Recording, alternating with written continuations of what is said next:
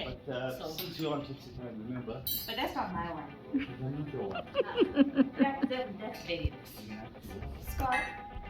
So we got my like inspecting everything. You can see already granting orders because He knows what's going on in here. Yes.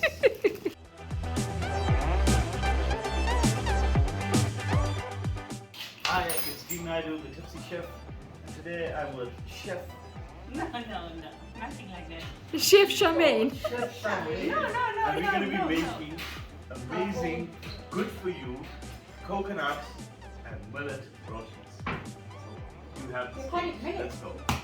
Yeah. So, I'm going to use half a cup of coconut flour. Okay. So half a measure. Flour. Okay. And then a half a cup of millet and quinoa. Now this millet and quinoa,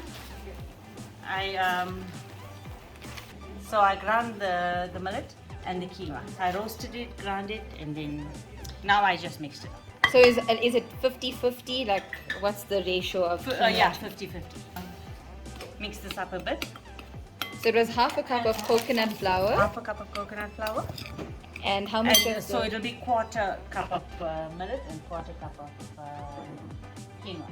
Or you can use, if you want to, you're not so fussy about the wheat, you can use like a half cup of whole wheat. But I try to keep the wheat out of my.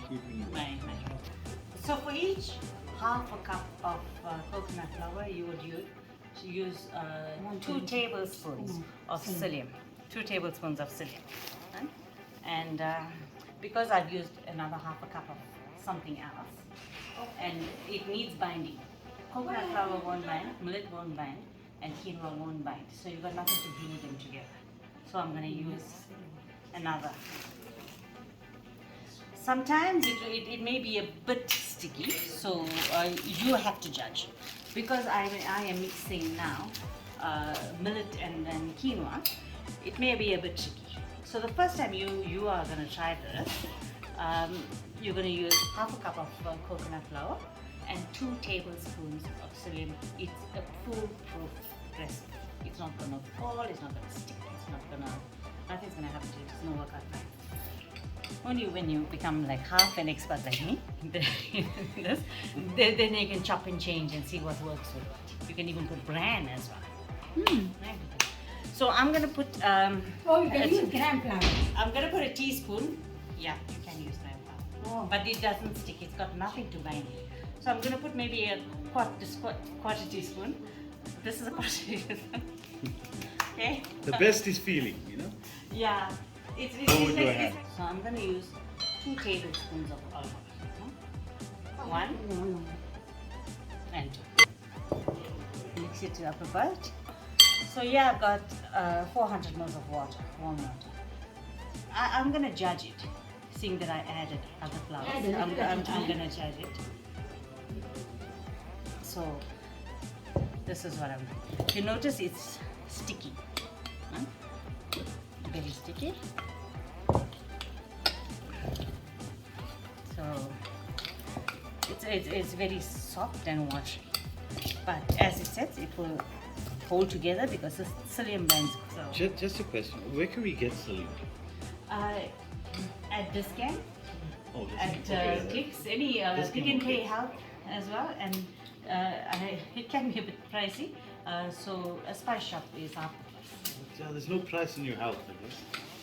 Yeah. Saying the man who's drinking whiskey. Yeah. With a guy with a nice liver. So as you can see, it's starting to come together. So I'm going to judge it and feel it, and it's soft. So I'm just going to do this.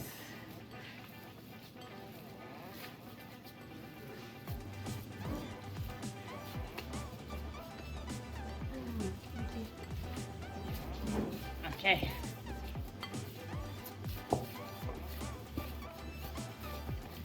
Wow. It's quite wet, but look at how it's changed. It's come together. So normally millet wouldn't hold together like this. If normally, if I use something like millet or something that's not wheat in bread because there's no gluten, it takes a lot of kneading, and it also needs like eggs if you're making, the keto bread and so on. This doesn't even need that. And with cereal, it's perfect. So now I'm gonna just cover it. Just cover this thing up. Cover and 10 minutes, and then I'll come back and I'll start rolling. Okay, so it's been 10 minutes. This is how it looks. See, it's not sticking. It's fine. Okay. So this is a baking mat. So for those of you that don't have that, well, when I started, I used the plastic. I placed it down.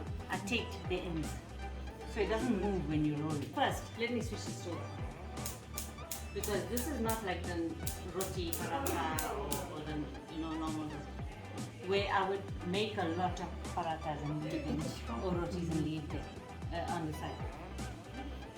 I normally would make them and then start frying them. This one, it will dry out. It will dry out and the texture won't be that right. It won't be soft. So I'm going to start rolling this while that's getting hot. The pan is getting hot. Now, if I roll this dough like this, it's going to be sticking on this all the time. So it's going to be very sticky and it's not going to roll and it will be a problem. So I'm going to roll it over this plastic. So I place the plastic. So I'll be rolling this. See, it's easy to. This is why I would put the plastic on. And I'm also using a clear plastic so I can see through it, because I used another plastic. I'm not going to know how thick and if I'm rolling pretty. So I'm going to use a little force just at the beginning because it's a lot and it's very thick. So I'm just going to do this because I normally make them funny. They do fluff up a bit, but they get funny.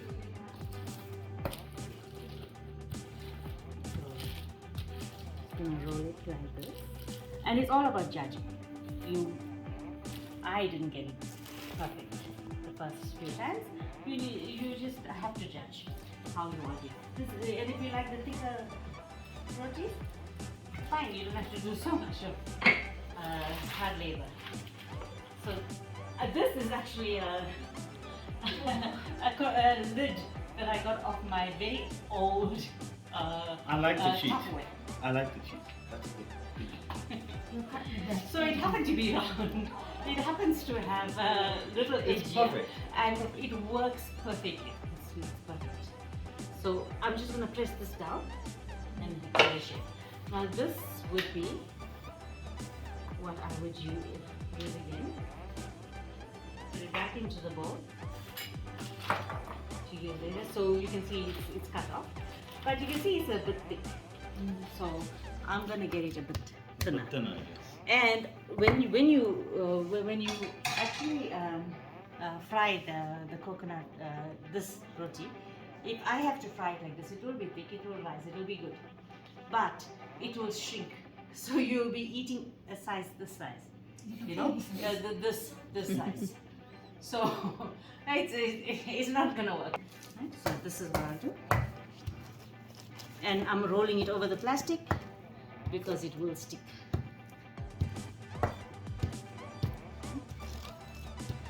So it's not going to be round, and I tell you this is very good. So the pan is quite hot. So I'm just going to lift it up, and you have to be gentle but quick. And sometimes it will break as well. So if it does break, it's no problem. So, and when you're putting it on here, you just have to be careful. And if it doesn't, it's very, very sticky.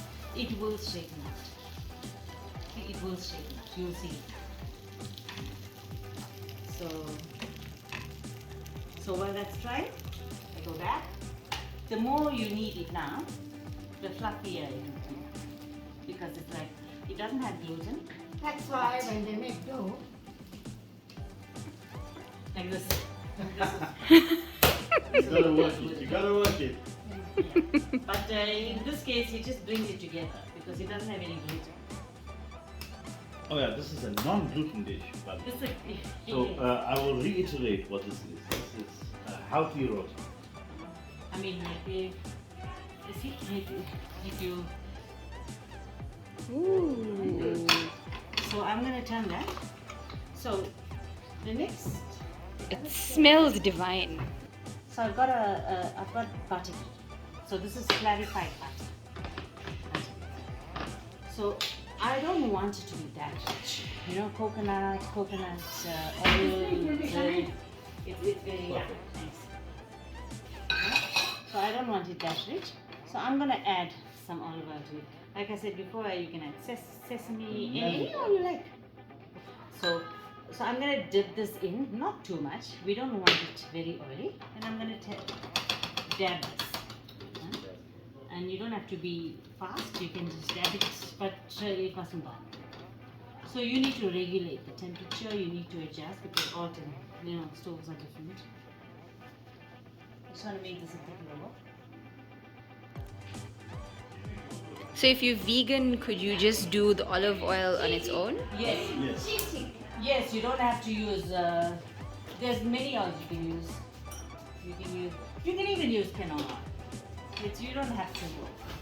You don't have to use. So this ground a little extra because it was high. So I'm just gonna do this.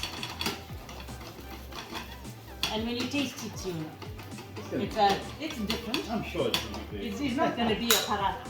You know, a paratha is like in a league of its own. But it will be good. And the good thing about this set is that it won't fill you up. It doesn't give you that heaviness It weight. in your stomach. Yeah. But you wouldn't be hungry either. You know. So next. So this is what you'll be doing over and over. Just all of it.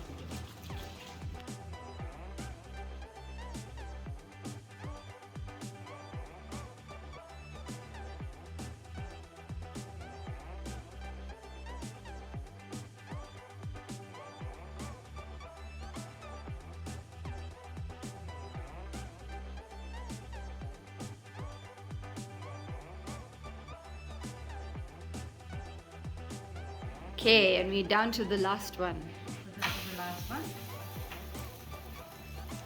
So with that quantity, 1, 2, 3, 4, 5, 6, 7, 8, 9. So if you make them thicker, and I have made them a bit thick, but if it's thicker, you get about 8 or 9. If it's thinner, you will get 12, 11 or 12. So that's quite handy. We've been cooking up a storm. We've got mutton curry, we've got You want to? mixed vegetable curry. There's mutton curry, by the way. It just needs coriander. Some coriander to Cilantro. garnish. Anything. And so I'm going to start doing my stuff. I'm going to make some tandoori style duck. But anyway, I hope you guys enjoyed this episode. This is amazing. You guys are going to see what's going to happen afterwards. We're going to taste and do some amazing stuff. And have a good time, and obviously drinking and eating. That's what life is about. Classic Durban fish curry. You better start quickly with the fish curry. You're going to do it, you see? You know, I can't, I'm just spoke. I have to start moving.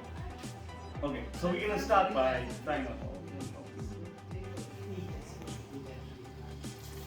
canola oil, sunflower oil, vegetable oil, that's what you use here. No olive oil because it doesn't hold the resistance that we need for curry.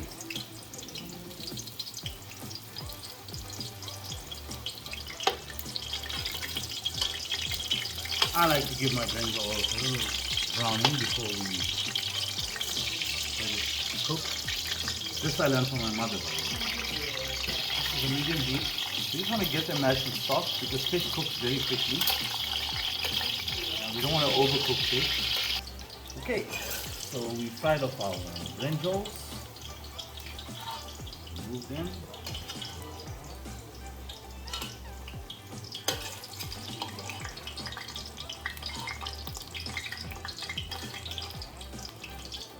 Do you eat eggplant, Kimona?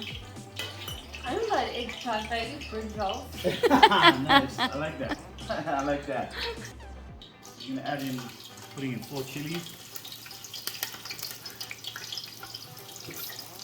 about a teaspoon of fenugreek seeds, multi seeds,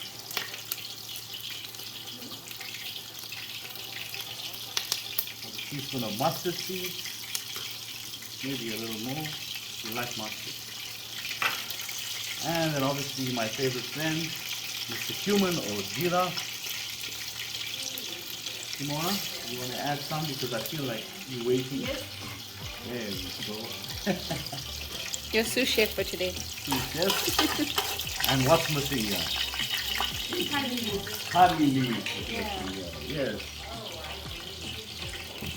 See, Fiona watches your show. She knows how this thing's supposed to go down. How you know? Now we're flavoring our oil. It smells amazing flavor. Can you smell it, Simona?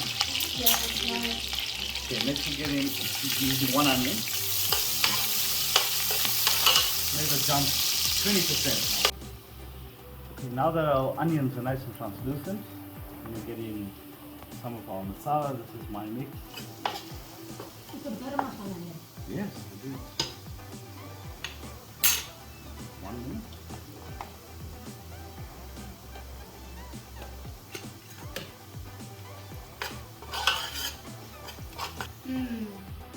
Smells good, smells good. Okay, next we're getting some ginger garlic paste.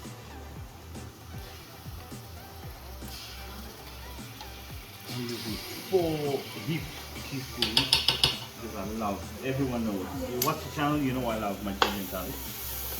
We're just gonna fry out the rawness of the ginger and garlic. That's good to me. Yes, so next we have about, I think this is about 7 tomatoes pureed, everything. You don't have to puree it of that. You can cut it up if you don't have a blender or if you don't want to. Just get it all in.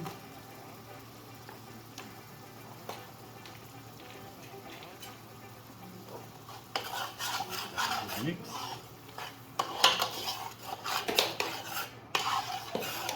Okay, so now we're going to add in some salt to taste.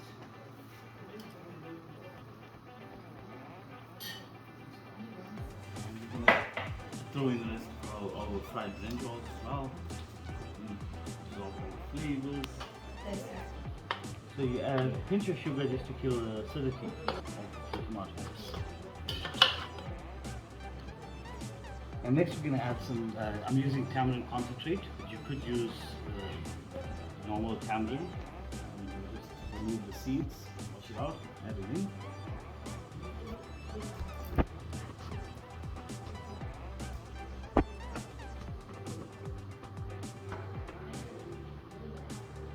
What is that? 5 tablespoons? You'll see, you'll get that classic color of the curry. So we'll cook this down until you start seeing oil coming up on the pot. So chutney or gravy is perfect. Have a look. You can see a little oil coming up from the sides. So it's time for our fish. Add that in. Got some beautiful mussel fleck.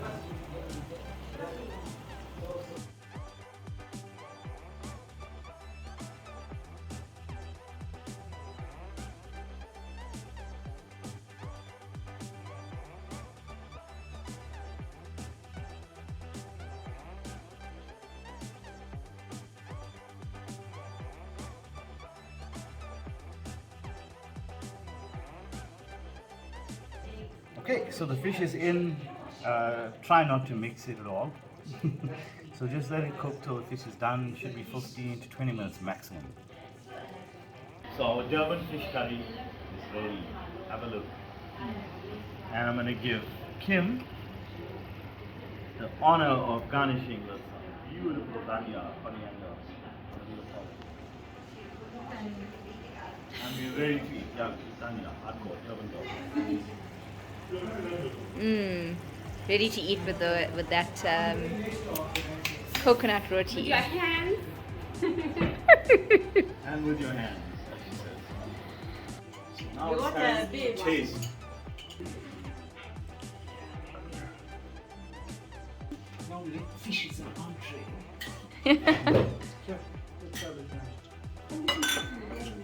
So, how's it going, guys? We are a bit busy. That's a good sign. Can't speak. In the fish gravy.